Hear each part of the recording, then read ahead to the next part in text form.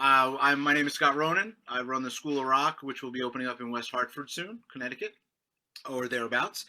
Chuck Peterson is the one of our drum instructors. He's been with us for a while now. He is awesome. We are going to same to you, man. I heard you play that other day, and I'm rusty, man. Yeah, I had to play after you. I was like literally like, oh my god, now I got to play after Chuck. This isn't fair. You had some tasty licks. I got to come back out of my basement now and again. Chuck, on the other hand, as you guys will learn, is like, a gigging drummer. He puts his money where his mouth is every day, and he's awesome. And you can hear it when he plays. It's, experience behind the kit and listening to those other players, which is something we love at School of Rock. So we're going to go through a little bit of Chuck's background, look at some samples of playing. We'll have a little audio issue today, so Chuck may do a little bit more hand percussion kind of stuff for us around the kit. I might have to play my lap. You know what? I've tried to tell some students, like, look, I can teach you some independence work, and you don't have to have your kit. I can, right? I can practice on the bus. I practiced on my parents' dashboard my whole life growing up. So, yeah, absolutely. All right, so let's we'll dive right in. Chuck, did you want to say anything else before we jump in? Not really. Just hi everybody. Thanks for watching, and hope you enjoy this little time together. This little experience. Awesome, very cool. And my roommate walked in the door. You know what? It's Corona times. I got kids running around. Every once in a while, I'll be on something like this, and I'll hear "Dad." I'm like, I need a recording light outside. Right. There you go. Yeah. It's all right. It's all good. So we're gonna start, as we should, sort of at the beginning. Talk about when you, as a drummer, started playing. Like when you first picked up the sticks. Did you start with the drums when it started with music, or start on other instruments and then find your way to the drums? For me, it actually did start with the drums. Okay, my dad, he was a huge influence on that. Mm-hmm. He was a drummer for Sugar Hill Gang.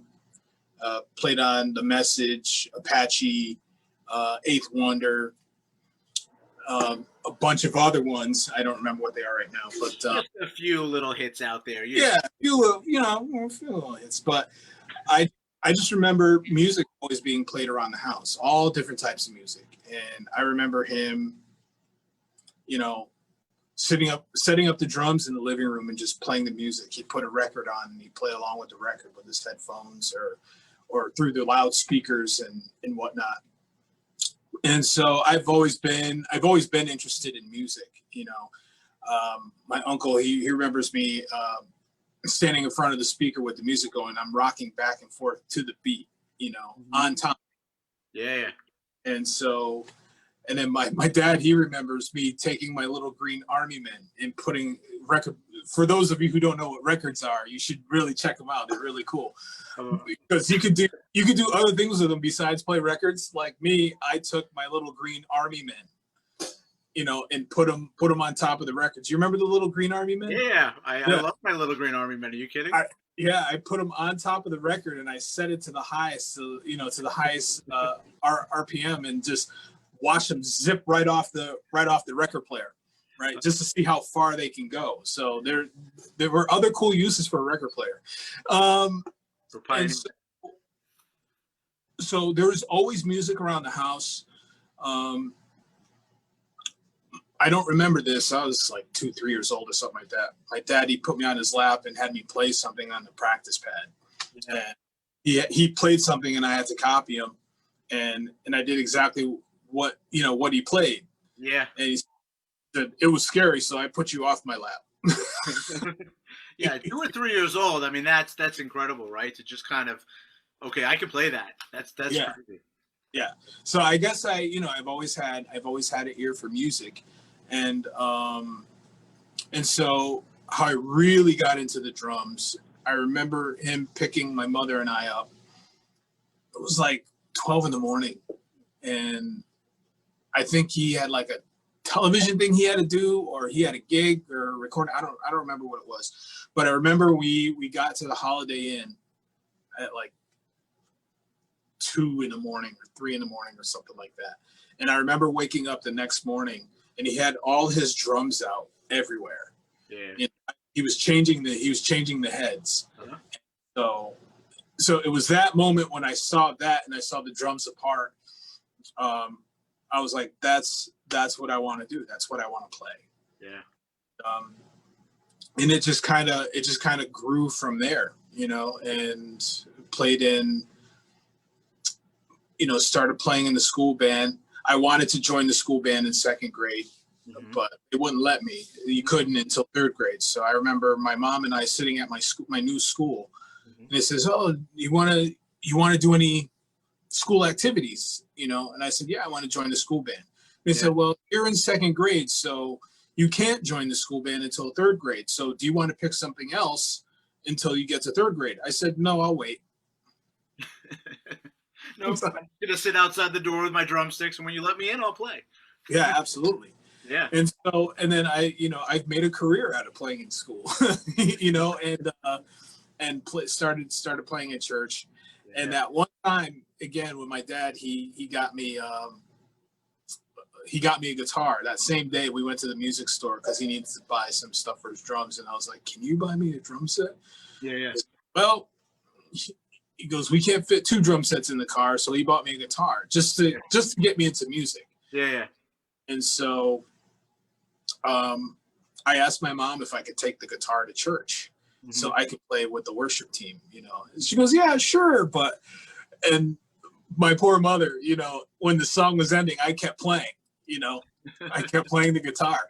Yeah. And so she's like, "Okay, Chuck, you can stop now." If I played the drums, I would have come out on time. Huh? If I played the drums, I would have stopped on time. Yeah, absolutely.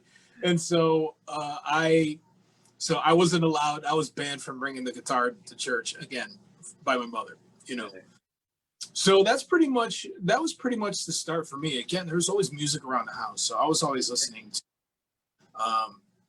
Always listening to everything, like Miles Davis, Weather Report, Temptations, everything Motown, Led Zeppelin. Yeah. Just a lot of different music going on around the house. So I have a pretty eclectic background because of that. Yeah, no, that's very cool. Actually, that's a good segue. That's sort of the next question was, focused on what musical influence do you draw from? Obviously your dad is going to be a huge part, and the music that he loved and you're listening to around the house. And then as you get older, you start to kind of find other bits and pieces. Talk about that, maybe some of the early influences, some as you've gotten older and even more so now. Yeah. So, like when I started venturing off into my own and looking for, listening to different music with my friends, my mom, she's more of a funkster. She's hilarious. She knows who Earth, Wind, and Fire is. She knows who Harold Melvin and the Blue Notes are. But when I tell her about Led Zeppelin, she's like, "Okay, which one is Led and which one's Zeppelin?" And I'm like, "No, Mom, it's not how it works. Nobody in that band is named Led or Zeppelin. That's just the name of the band." Yeah. But so I grew up around that. But then when I started hanging out with my friends in elementary school, that's when the 80s metal thing was happening, and I started getting into that. I started getting into Guns N' Roses. I started getting into Motley Crue, and all that stuff. So those were probably my 2 favorite bands, them and Metallica. Yeah. And so I was starting to listen to that, where I grew up on. Like Thriller was my record. I grew up on. That was like, I wanted to get that record, and it's such a great record. It's still a great record till this day. Yeah, the drumming on that is amazing too. If you really listen. Yeah, absolutely. That's that was the late great Jeff Porcaro and the late great Ndugu Chancellor. And I was very fortunate to meet Ndugu in L.A. So yeah, he was just a really, really nice dude, and God rest his soul. But So it kind of grew from there, listen, I got into the rock thing, and I was like, yeah, man, I like the groove. Like Paradise City was it for me by Guns N' Roses, then Living Color hit, getting into them, and then started getting into like the very first black punk band in the 70s was like Death. Yeah. then Bad Brains, and then Fishbone and 24/7 Spies. You know, so I started getting into those guys, and then you know, again, the grunge thing hit. You know, so I was heavily into Nirvana. I was heavily into Pearl Jam. Well, the first two records by Pearl Jam, I didn't really agree with you. After that, it's not the same. Yeah, yeah, and Dave Abruzzi, man, the powerhouse of a drummer. A lot of what I play is based on the drumming intent, I think. You know. Yeah. And what he laid down in the original tracks that still persist today. It's not him playing it, but it's what he plays and the way he plays it. You know. Right. Absolutely. And so I was heavily into Soundgarden, you know, and Matt Cameron, the way he drummed in that band, and so, and then I started getting reintroduced to jazz, you know, when I was in high school. You know, my band teacher, Mr. Peters, he was definitely an influence on me, and he passed away my junior year. So his drummer came in to finish out the year, and it was his drummer who got me back into jazz. You know, so I was starting to go back to, you know, Miles Davis. I was starting to go back to John Coltrane. I was starting to go back into Weather Report. I was starting to go back into Mahavishnu Orchestra, you know, Return to Forever with like Chick Corea and Lenny White. So I was starting to, he kind of brought me back into those things, you know. And of course, you know, in high school, I was listening to Tool, I was listening to Primus, you know, I was, I think those were really like the three major bands I was really listening to were Tool, Primus, Nirvana, and then even Foo Fighters when they hit. Yeah. So, but again, I was getting into the Beatles, you know, like heavily into the Beatles, heavily into like the 60s rock and roll, back into the 70s rock and roll, all that stuff. Led Zeppelin was like huge in our school, even though, you know, they were done like years and years later after John Bonham got out of here. They were still a major influence among our high school friends as drummers. You know, John Bonham was a huge influence. You know, we were trying to play Fool in the Rain, you know, that Pretty Shuffle and all that stuff. Yeah. So it was very cool to be able to experience all that in high school, and to be able to stick with it and use those influences, you know, through, you know, almost every genre probably before you were 18. You know, you literally started so early, and you made that full circle trip to sort of the jazz world, but with each stop you draw from it. And so you come back as a jazz musician having played metal for 2 years, and you know, it's you're still a jazz musician, you could still be a metal musician, but it all starts to meld into one, and you know, kind of draw. I have to make two honorable mentions, or three actually, you know, which are probably three of my top favorite groups. King's, okay. Yeah. If you don't know who King's X is, you really need to check them. They are incredible. Yeah. And great group of guys, man. Great group of guys. Another one is Toto. Huge fan of Toto. Jeff Porcaro. You're gonna, as a drummer, you just have to know almost everything he's played. Absolutely. And he's been all over the place. He's been on a lot of the hits in the 80s. Him and Carlos Vega, the late great Carlos Vega. If you don't know who Carlos Vega is, you should check him out. Yeah. And then the third band that I really dig is Steely Dan. Yeah. They're sort of underrated. People don't realize how musically talented the whole band is, and you know, it's just good music, and it persists. And so, you know, some of those other bands, it's just good music, and good music transcends sort of the genre and persists for a long time. It doesn't matter Led Zeppelin was made 30, 40 years ago, 50 years ago at this point. It's great music, and you know, Steely Dan is one like that, and it's underlying this, you know, persistence is that it's just great music and great musicians putting it together, and it comes through, you know. Absolutely. And some of the new cats that I'm really digging on that are out today is like one dude I'm really digging on is Thundercat. Okay. Gotta check out Thundercat. This dude is ridiculous on the bass. Yeah. Ridiculous. Him, Mono Neon, another ridiculous cat on the bass. So like, I don't know if they're still around, but they were around in the 90s. But Mint Condition, they were an R&B band, you know. And the Roots, I love the Roots. So if you don't know who the Roots are, they're, go check out their studio stuff. They're Jimmy Fallon's house band, but we were around for a long time before that. Yep. Oh, absolutely. So they got some great records. So I heavily suggest you check those guys out. So. Right. Well, we gotta stop talking about all these other people that are talented. I know. Like Jeff Peterson and how awesome he is. I could do that all day, man. Yeah, I know, and that's sort of a testament to you as a drummer. Even you're a humble drummer, and that's the guy that comes in and tells you he's going to be great. You got to worry about, and you're the opposite. Right? So. Dude, that's awesome. So we'll move on a little bit. I love talking about all the other musicians too. It's funny, we share a lot of the same historical lineage of influences when we first got started. Absolutely. Absolutely. Yeah. That's why we get along so well. So in terms of, music that you like, let's talk about now. You can go back through history too. Talk about what you really enjoy playing and what you enjoy listening to. Are they the same? Is there an overlap? Obviously there could be. Well, I enjoy playing and listening to all different types of music. And I think that's just because of my background and how I grew up.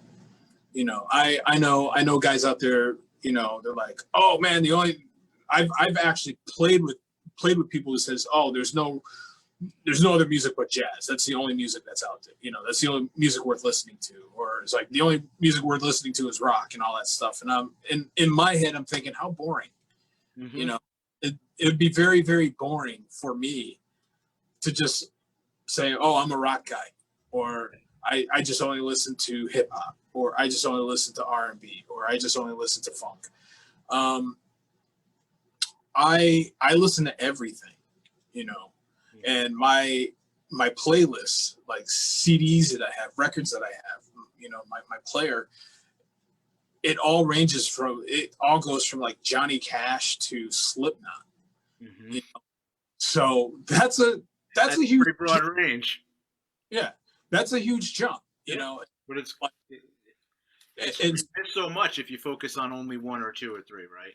Absolutely. So I love everything. And when I was in college, I was listening to like Eastern music, like Central Java Gamelan and Tuvan throat singing, all that stuff. Yeah. The whirling dervishes, which is like the Turkish form of worship, and that's because I took a world music class and I just soaked all that in. So I love listening to all different types of stuff because it is different, and I love playing different types of stuff because I get bored playing one style of music. Yeah. And so I love playing everything. Like one day I had to do a hard rock recording session, and leave that recording session right afterwards to go play a straight ahead jazz gig. Yeah. So I had to go bounce and go straight there to do a straight ahead. So it was awesome that I had to switch gears like that. Yeah, it's hard. Whole different mentality almost. You're approaching the music almost with a different emotion at some point, right? Yeah, absolutely. But it's something that I love to do. I love that I was able to, just really sweat and just rock it out and then go, dress up nicely and go, and doing a gig in Sullyton with Marilyn Monroe hanging above me. It's like, you just got to remember you don't confuse which gig you're at. Oh, okay, this is the next heavy song. No, that's not a problem for me. Yeah. I think it's because I've done it so much that I know what I got to do next. I know where I'm going, and I can get my mind in there like that. Yeah. So, it's another point that you sort of bring up. It's what you want to play, but if you actually want a career in music, if you want to be a musician, sometimes you're going to have to play what you need to play, and you have to have sort of that arsenal of things that you can draw from, and just be able to, play a shuffle beat right now, And that's not, if you're a metal guy, you may have not played Led Zeppelin's Fool in the Rain, and you definitely haven't played Toto. So, right. How are we going to get you to do that? And that's, you got to learn other genres so you can pull from that. Absolutely. Like I have, I play with a lot of, when I was younger, as a teenager, I used to play congas. I was taught how to play congas because I grew up with a Puerto Rican family, and their dad was a conga player. So he was teaching me some things, and then I was like, well, I'm not really a percussionist, a more drum set player. And the reason why is because my fingers are so short. So I was getting a lesson. It's like, yeah, no, you gotta, but he's got long fingers. And I was like, okay, this is not for me because my fingers are too short and I'm gonna break my fingers if I do it the way, tell me. The same snap he's getting, It's right. So I really can't pull it off. So it's like, well, let me take it over to the drum set, and I've had to do some Latin gigs on the fly. Yeah. And I love Latin music like Tito Puente, Horacio El Negro Hernandez, he's like a one-man percussion band. He sounds like 10 people all at once. So he's definitely a huge influence on my playing. And so I started working on the left foot clave and trying to get that going. And it's a lot of fun. It's a lot of fun to do, and so, but it's just me expanding my musical abilities. Yeah. So that way, if somebody needs a drummer, I can go out there and I can play it. Yeah. Yeah. I had to do a gig, and so I'm playing the cascada, on the ride, which is something like that. I always get it wrong, but when you play it comes out right. Yeah. Like,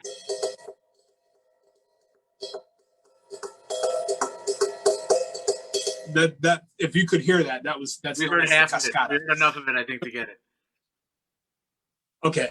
And so so the conga player, he turns around, he goes, "You're playing it wrong." Right before the gig, and I'm like, "Oh man!" And we're playing at this heavy, like Latin club where they know if you know your stuff or not, Sure.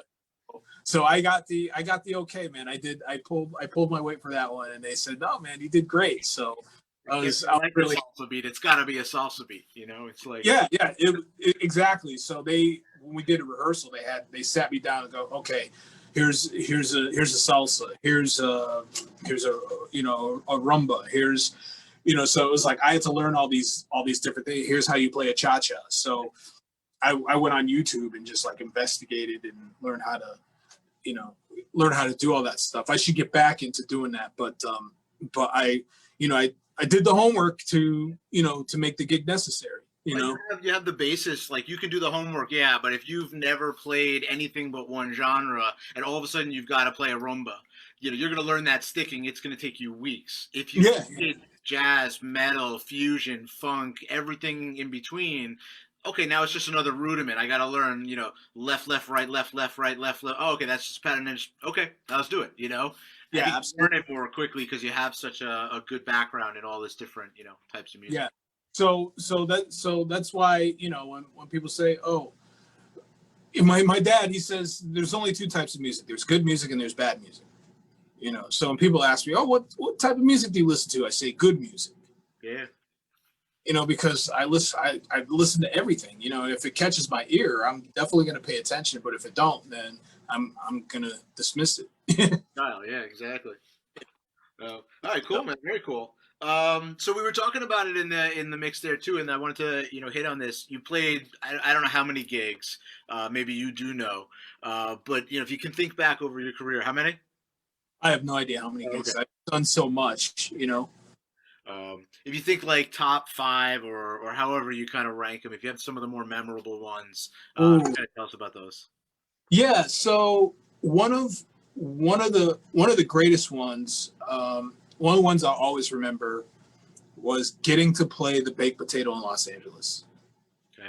Yeah. Which is that's like the mecca for musicians. A friend of mine actually went down there to hang.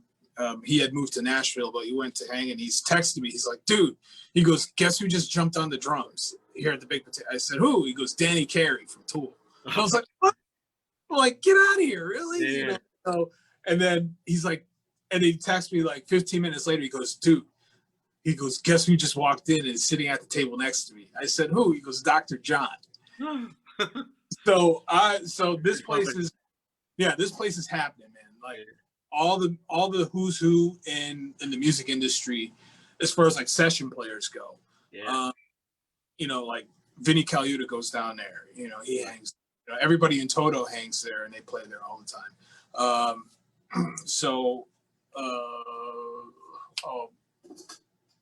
Some other names I'm they're slipping my head right now, but they go down there and play. You know, the drummer, the original drummer for Megadeth, Nick Menza, that's where he passed away. Really?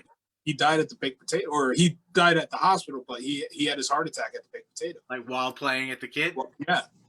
I guess that's, you know, as a drummer, you can think of better ways to go. Absolutely. You know, so that was the most memorable one, you know, was getting to play there, you know. And I was so nervous because like a lot of records come out of that place, you know. And like Abraham Laboriel, you know, he's a bass player. He plays there all the time. And so I was definitely nervous, you know, but you can feel that magic. You could feel that aura of all the greatness that was in there, you know, of the guy who played before me and still play. And so I was just like, man, I just said, let me just lay down a simple groove. So we did like Sissy Strut, you know, and I met solo, but the guy who was hosting it, he goes, oh man, you played great. We got to get together and play. And I'm like, all right, you know, this guy, and this dude, he's played for everybody. Yeah, you know, he did the sax solo on the Simpsons theme song. Really? Yeah, you know, so like it was incredible that he's like, yeah, we got to get together and play. I'm like, okay, you know, but and then another moment for me is I have the sincere blessing to get to play with Elliot Lewis, who is the keyboard player for Hall & Oates in Live from Daryl's House. Okay. So when I first started playing, I was like, man, I would love to play Daryl's House with you. He's like, yeah, well, that's, you know, because Brian's on the show, he gets first pick, you know. So I was like, okay, I kind of chalked it up. It's never going to happen. Yeah. Well, Brian couldn't do a date. No. Elliot was going to do it solo. Okay. And then he called me. He goes, do you want to play Daryl's House with me? I'm like, yes. You know? When and where, right? Yeah. And actually Daryl was actually going to go, but he changed his mind last minute and wound up flying down to South America because they had a tour to do right afterwards. But I was like, man, if he would have been there, that would have been awesome. But that was another, cool. that was another great moment for me, gig wise, was playing, getting to play at Daryl's house with the guy who's on the show. Yeah. So it's like, you can't beat that. So there are a lot of other ones, like they're like getting on stage with anybody, you know, with Thaddeus Black, with Sandoval Band, with Oris Jenkins, you know, like all the Connecticut natives, all wonderful experiences. You know, I mean, I've probably had bad gigs here and there, but I don't remember them because there's so many memorable moments of great gigs that I've, you know, and I got to open for Blue Oyster Cult at Tuxedo Junction with one of my bands, you know, and that was an interesting story in itself. That's for another time though, but because it's really fascinating and really long. But we'll do a part 2 of this when we just delve into that one story. Yeah, absolutely. So for me, you know, any night that I get to get people doing this, is a great night. No matter even if I played bad. Like I used to get so mad at myself if I messed up or I played bad, but now I'm just like, it's supposed to be there. Yeah, we're human. Yeah. So whenever I mess up, I just kind of laugh. You know, I look at the bass player, we just kind of like, you know, and John Sandoval, he'll turn around, joke around, he'll do the James Brown thing and go $5, you know? So, so it's, you know, I always, no matter who I'm playing with, whether it's people that are, you know, top level or people that nobody knows about, I always have fun. Yeah. You know, it's always a good time. Something about that. I mean, you sit down with people, sometimes they don't even speak the same language, and you can actually communicate. You know, you can look at a bass player and be like, okay, and you kind of get a groove, and they get a groove, and you know, and then you look at other people in the room, and you're like, oh, they're getting this too, and it is like you said before, it's like there's a magic that happens, and yeah, and I've even done gigs where I've never even met the musicians before. Yeah. I wrote out charts, and we get on stage, we hit it, we rehearsed that day. Yeah. And because the music barrier is just so so close that when it's like you said, you know, that language is there, you know, and we all understand it on stage. And it was just so infectious that after the gig, people came up to us and said, "Oh man, how long have you guys been playing together?" I'm like, "Today." 90 minutes. and they start laughing. They think I'm joking. I'm like, "No, seriously, I don't know this guy's name." Yeah.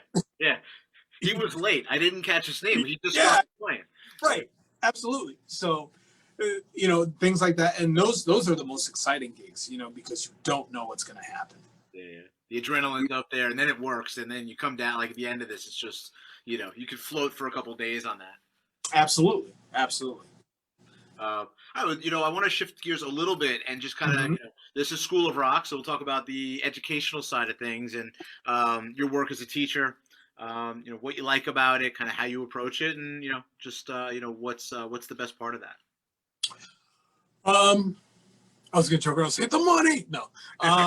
If it was that, you'd be doing something else, Chuck. We both know that's true. Absolutely. We both have to love the drum. It's the fact that I get to take the knowledge that I've learned and pass it on to somebody else, you know, no matter what age. Yeah. And sometimes I learn from my students, you know, and people get confused by that. It's like, you learn from your students. Like, yeah, they'll come up with something incredible, and like, I'm gonna steal that. Yeah. You know, and it just, and I do that, and I tell them that, you know, because it builds confidence in them, you know, and the way I approach it, I approach teaching, you know, to life. I approach, you know, teaching drums to life. You know, if I have a student that's not practicing and he's giving me all these excuses, you know, I'm like, well, when you get out in the real world and you work, you know, do you want to be working at McDonald's for the rest of your life, or do you want to do something great? Yeah. I tell them, I said, how hard you work now in drum class, in school, is how hard you're going to work when you get older. I didn't have anybody to tell me that.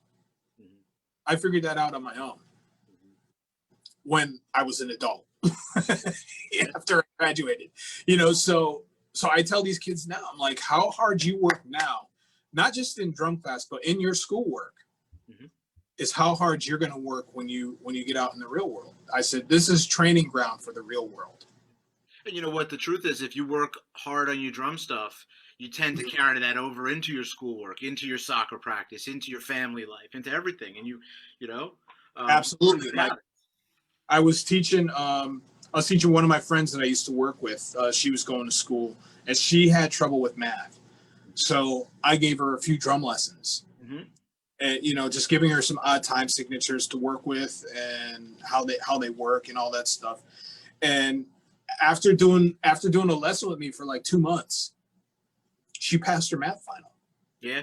Where before she couldn't figure out how to do it. She'd always flunk her math class, flunk every test, but she passed her math final. Finally spoke her language, you know.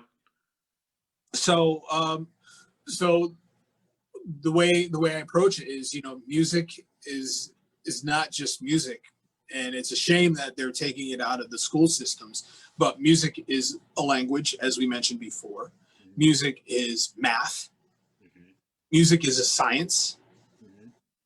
Music is history, because there's a history behind music. You look at, again, after Martin Luther King was assassinated, a lot of people were starting to riot, and that's when James Brown, he kind of calmed everybody down when he wrote "I'm Black and I'm Proud."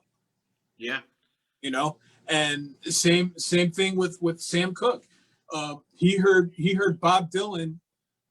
He heard Bob Dylan's "Blowing in the Wind," you know, which had to do with, you know, the racial inequalities that were going on in the 60s. And Sam was like, why didn't any African American write a song about this? It took a white guy to do this. Yeah. And that's when Sam Cooke wrote "A Change Is Gonna Come," which is one of my ultimate favorite songs by Sam Cooke. So there is a lot of history, you know, with music. So music to me is life. Music to me is healing. When I was living at home, my mom, she had a hard time sleeping. and so she just couldn't sleep for like 2 weeks. So I had this, again, this is like back when I was in college, and I was listening to all different types of music. I bought this Chinese CD. It was just like, traditional Chinese music. Mm-hmm. And I said, here, listen to this. And I put it on, and she fell right asleep. Yeah, so calming, right? Yep. So it's like, people, they always try to discredit music.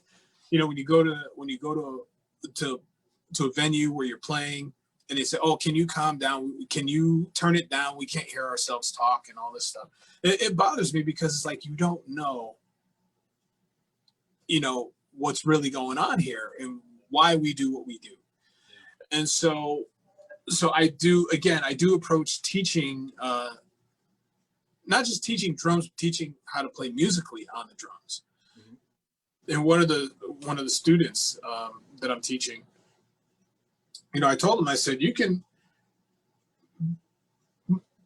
sometimes musicians, they don't consider drummers musicians. It's like, oh, you can't play music on your drums. You can't play melodic stuff on your drums. I'm like, yeah. I said, I wish I could bet them $1,000 each time they say that, because you can. Yeah. Look at Terry Bozzio. Yeah. Yeah. He tunes his drums, like in different, like chromatically and all that stuff, and he makes melodies off his toms. He's got 1 billion toms up, and he does that. I kind of do the same thing with my mini kit here compared to Terry's. Yeah. And I can create music off of that using these. I used to tune my drums to the Really? Do my drums. That's so cool. Yeah. It's a melody, and even the way you speak is a melody. Yeah. Well, even just how you sort of orchestrate around the kit. For me, I was very similar in the way I learned the drums. I never wanted to just be the backbeat and just lay down the foundation and sit there and provide time. I grew up, one of my, as I got a little better, one of my influences, as many, was Neil Peart. And, it was the first time I really sort of thought of drumming in sort of an orchestral way, where here's a drummer, but he wanted to contribute to the song. And then a couple years later to learn that he's the lyricist for the band. And then that starts to talk about what you were saying, like where you're teaching music, but music, I love the way you characterized it touching sort of every school subject, because it really does. I mean, talking about the frequency of the notes, there's harmonics in there, there's a science, there's subdivisions in the way I play, this measure versus this is all math. The history of the drums and why I choose this beat, or why the drummer's supposed to get quiet now versus another, and the language of the music, right? The Absolutely that's in there. I mean, there's so much of it, and it's and then honestly, it's like gym. I mean, I come down here and I actually work up a sweat, and it's definitely the meditative side, right? Yeah, it's definitely a sports. I mean, you actually burn more calories playing drums than you do playing football. It's been scientifically. Oh, really? Yeah, you're sitting around on football. Yeah. Talking about the next play, but you run little sprints. Yep, but with drumming, because you're constantly moving, it's an aerobic exercise. I've actually, when I didn't feel like going for a run, I would sit down and play along to Frank Zappa's The Tinseltown Rebellion album, because there's a lot of fast stuff happening in there, and I've worked up a sweat playing that record, playing along to that record. So yeah, I mean, music, it touches on all subjects, especially being a drummer. I go to the gym, I work out, I do cardio so that way I can keep up with my playing. I can, I can strength to sit at the kit and keep your legs moving, and people don't realize you're not leaning on your legs, you're actually kind of sitting here, and everything moves kind of like an octopus around that. Right, absolutely. So another thing I teach is like hand technique, what works for the student, what doesn't, because that's very important, because you don't want to damage your shoulders. I've known people who had to get operations for playing the wrong way. Really? And and so I'll teach you different techniques that they can use to be able to play, and so which some of I'm still working on, because I've had the pleasure to get a lesson with Chad Wackerman, for my hand. And so, because I want to learn the style that he learned, and so he taught me, and it's stuff that I'm still working on till this day. I'm still practicing it, you know, because I haven't quite got it down yet, but I'm still working on it. But it makes sense, Yeah. you know. Again, because I have short, fat fingers, you know, the style that he's teaching me makes more sense for me than to play how every other drummer plays. So you have to teach them. You got to find what works for you. You know, and students, they ask me, they go, "Oh, what size stick should I use?" I'm like, you know, it's like, just make sure they're regal tip, because I got, you know. So it's all personal preference. Everybody, yeah, because everybody's body is different. You know, we're all absolutely. We're all not going to set up our drums the same way. And the one lesson I got from one of the lessons I got from my dad was, he told me, he had me sit down in a regular chair. He goes, "Sit down." And I said, "Okay." And without thinking about it, he goes, "You see your feet?" I'm like, "Yeah." He goes, you see how they're sitting?" I said, "Yep." And I sit kind of wide foot like this. He goes, "That's how your drum should be set up." So whenever I play on stage, people are like, "You're set up crooked." I'm like, "No, but my body's straight." You know, but I set up the way I do. I set up wide foot because it's easy. I don't have to bend my back to get to the floor toms. It's just all easy motion. Yeah. I don't have to reach. Put your feet where they naturally fall, right? I've watched, you know, other things where they say, like, where should your hands be? Put your hands on your side, lift them up. That's where they should be. You know, it's like you find those natural ergonomic positions. Absolutely.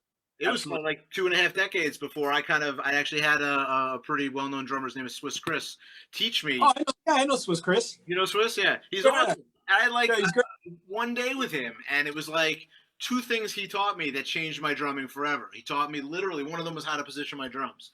And I had my drums because I was always sitting too low, and my toms were always like this, and I was breaking my wrists every time I went across the kit. He's like, "No, you got to put them like this." And now it was like back to marching drumming, so when I was on the quads, you know? And it was like all of a sudden I lifted up and I was sitting above the kit, and it was like one level playing surface. And it was like night and day. Yeah, absolutely. Like, yeah, once the COVID the COVID thing and the shutdown happened, I was pretty much playing on my roommate's kit, and he goes, and he said it in a nice way. He goes, "Oh, you should set your drums up." I was like, I don't mind playing. That was his nice way of saying, I want to set my drums up the way I want to set it up. Yeah. You know?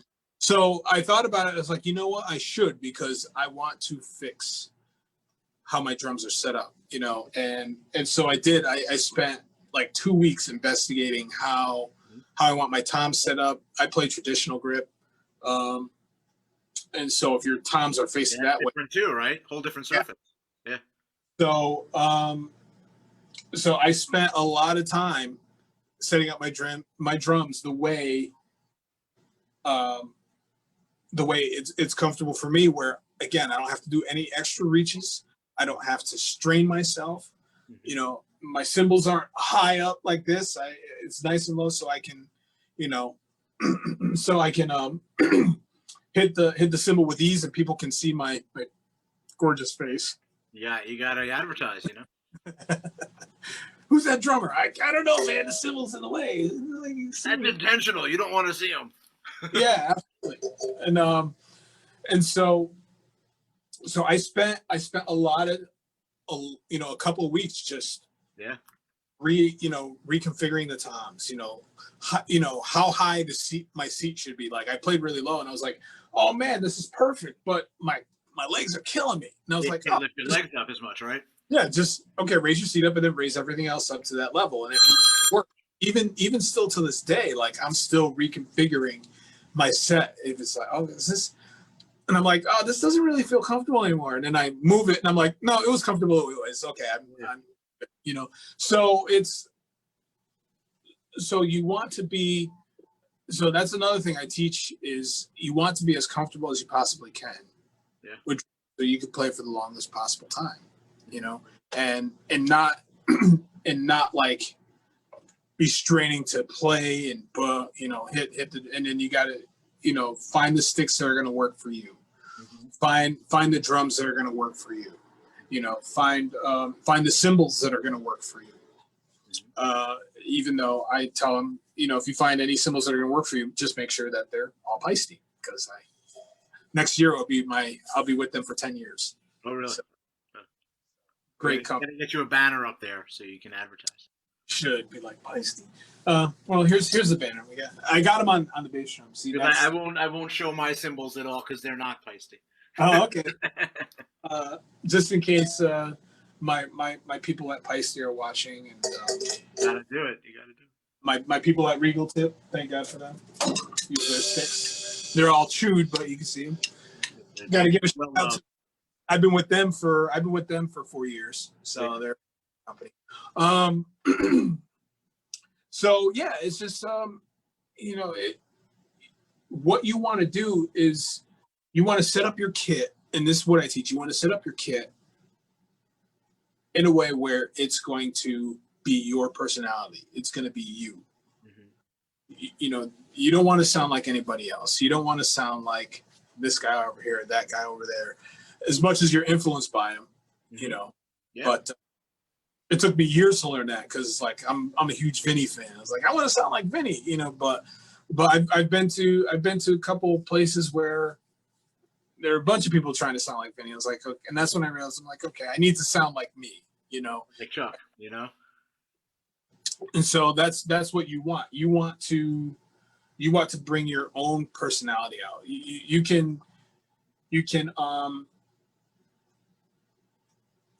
can be influenced by it, and you can learn what they're doing, but then try to flip it around to make it your own. Like one of the things I did with Harrison, he wanted to learn the funky drummer, and it's the groove that's the most sampled beat in the world.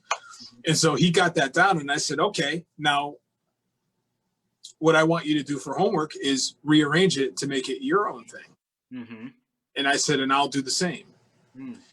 So it could be a completely different type of rhythm that's going on, and not sound anything like that mid part of funky drummer. Yeah. Yeah, you realize how much influence you have. Like as a drummer, you can play one thing, but if you're a band, what you play is going to influence the outcome a lot. And you want it to be complementary. You want to play off the other musicians, and so learning to kind of, what would you do here? But now it's how you, like you said, you personalize your kit, you personalize the way you play. Yeah, absolutely. So it's just like a myriad of things that that goes beyond technique, that goes beyond, okay, well, this is how you play a six-stroke roll. Sometimes it's taking these rudiments, which I do with a lot of my students. We'll take these gospel chop licks, where they're like playing really fast. I slow them down, and I'm like, okay, play it slow, turn it into a groove. Yeah. So now that you've played it on one, let's do some time displacement and play it on the E after the one. Okay, now play it on the and after the one. Now play it on the after the one. Okay, now play a groove and then turn it into a fill and play it on the one, and then play the fill on the E after. So it's just, when I first started doing it, I was like, what am I trying to do with this? I don't know yet. And then I thought about it some more. I'm like, okay, this could be a cool idea, So it's just a different way of trying to think about how you play the drums. And instead of trying to, yeah, instead of trying to copy what everybody else is doing. I mean, that's good. You want to be able to emulate your heroes, but then what I like to do is take what I'm learning. And even while I'm learning it, I'll make a mistake and come up with something completely different. And then I'll totally forsake the thing I was learning and work on that because it's mine. Yeah. That's what you were actually after probably in the beginning. You were playing this to become inspired to get your own thing to then focus on, Right. And then I'll make a mistake and I'm like, oh, that mistake actually sounded really cool. And so I'll be like, okay, I'm not going to learn that anymore because I just came up with this, and I'll write it out, and then I'll start working on that. And it's my own thing. Yeah. Yeah. And it's something that I can teach my other students. I mean, I probably should learn the original way how to do it, so that way I can say, okay, here's where it came from, and this is what happened. Yeah. At the end of the day, I think there's something to be said. I mean, you can learn the original score of something, the original arrangement, but It is. You want to add your own touch. Like I can put on the record and listen to the other, but I want to hear this version. And essentially, if you want to, go further as a musician, I think you want to be able to sort of take that voice in your head and translate to the instrument in front of you. Yeah, and even with my band, we're in the middle of recording our album right now, the Thaddeus Black, and I'm not going to name the cover song because I want it to be a surprise, Okay. But I think it's a fairly popular tune, one of my favorite tunes, and I was like, oh, I started hearing the drum beat differently, and I'm like, what if we did this halftime instead of the way it is? Yeah. And so my singer, he calls me, he goes, I'm not hearing it, man. I'm not hearing it. And I'm like, good. Yeah. That means I came up with something original, for an arrangement that probably nobody's ever done. I'll have to go and see. Let me see if anybody else has done it that way, but I don't think they did. And it's a song that's got a lot of time changes in it. So to do all that halftime, it sounds really cool. That's cool. So I was in, we were recording the drums in my living room upstairs, and the bass player Lawrence, he's like, that actually sounds really, I can hear what you're doing, because that's really cool. What you said, he couldn't hear it before, but then when you can communicate musically, show him. No, it was the singer. It was the singer who said he couldn't hear it. But I think we actually tried to play it, and we tried to play it at a gig, and it was just a train wreck. But it was a fun train wreck for me, But the singer was like, yeah, I'm not getting it, and the guitar player was like, yeah, me neither. But then when we recorded it, because I was playing it to the existing track, okay, the bass player was there for the session, and he's like, okay, I can hear what you're doing. And he actually played along, so he'd come up with ideas, and what he came up with just on the fly without actually hearing it was just amazing. Yeah. So I'm like, dude, yeah. This is organic, right? He just heard it, and once it clicked, it just kind of came out, right? Yeah. So we got to get and I told the singer, I said, you don't have to change anything at all what you're singing. Just go with it. You sing it exactly the same way it is on the record. And we're just going to modify it a little bit, make it a little bit more open, that kind of thing, because it is halftime. So it's just again, teaching to put your own personality, not just into what you're practicing, but also to what you're performing when you're playing with the band. And you want to be able to put your personality into that. Yeah, awesome, man. So it's actually a good segue. I wanted to ask you about, what you're working on these days and their projects you got coming on. So you mentioned your band. I don't know if gigs are in the foreseeable future, but album release coming up, I know, right? And then Thaddeus Black. We are working on our album. We've even got the cover so far, but vocals and guitar still have to be done. I'm trying to get a few surprise guests on the album. I'm gonna try to get my dad to mix it, because he's mixed a lot of his own stuff, and it just sounds incredible. Just through a cell phone, you can hear everything without headphones on. You can hear every note. You can hear it's very clear. But Thaddeus Black, we are actually doing a gig at the Tipping Chair on September 26th. We're playing with a couple of other bands. So bring as many people as you want to come out. It's an outdoor thing. Wear your masks. Bring chairs. Great food. And so we're trying to promote. Do you know the address, Chuck, at the Tipping Chair? Where that is? Not offhand. Not offhand, but they can Google Tipping Chair and the address will pop up. It's in Milldale. Tipping Chair. Do you know which town it's in? It's in Milldale, which is right next to, is pretty much something. So say that again. I lost you. Oh, it's in Milldale, which is pretty much Southington. Okay, great. Thank you. Sorry about that.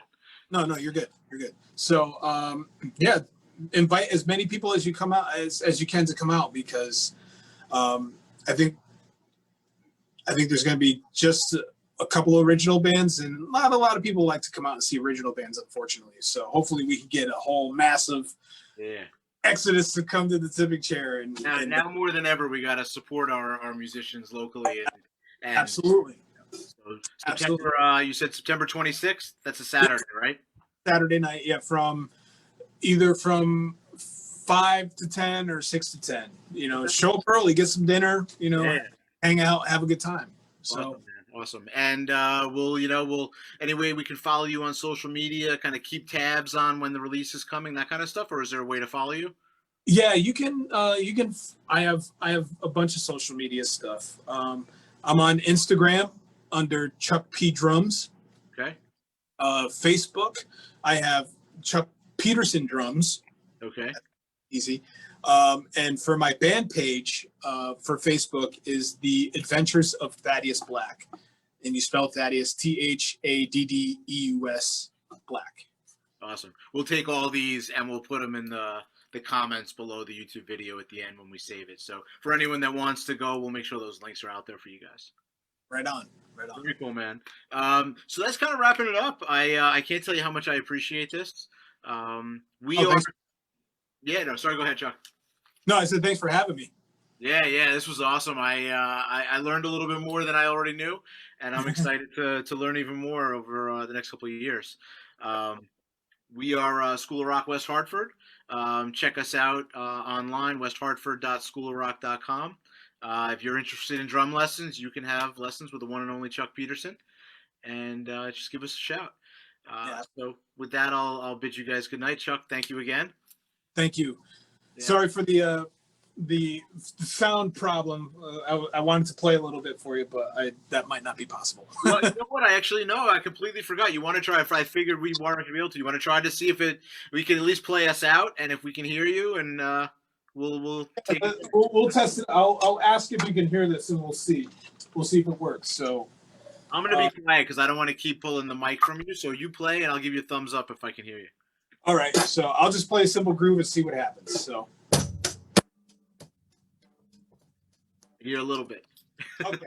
So I sent you some videos on YouTube. You can throw those in the comments if you want. Yeah, we'll do that. All right. Okay. They got to come check out the gig to hear the live thing. I think that's the best way to do it.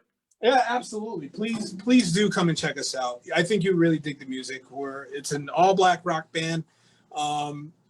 We don't just play rock. We play everything from rock to funk to R&B.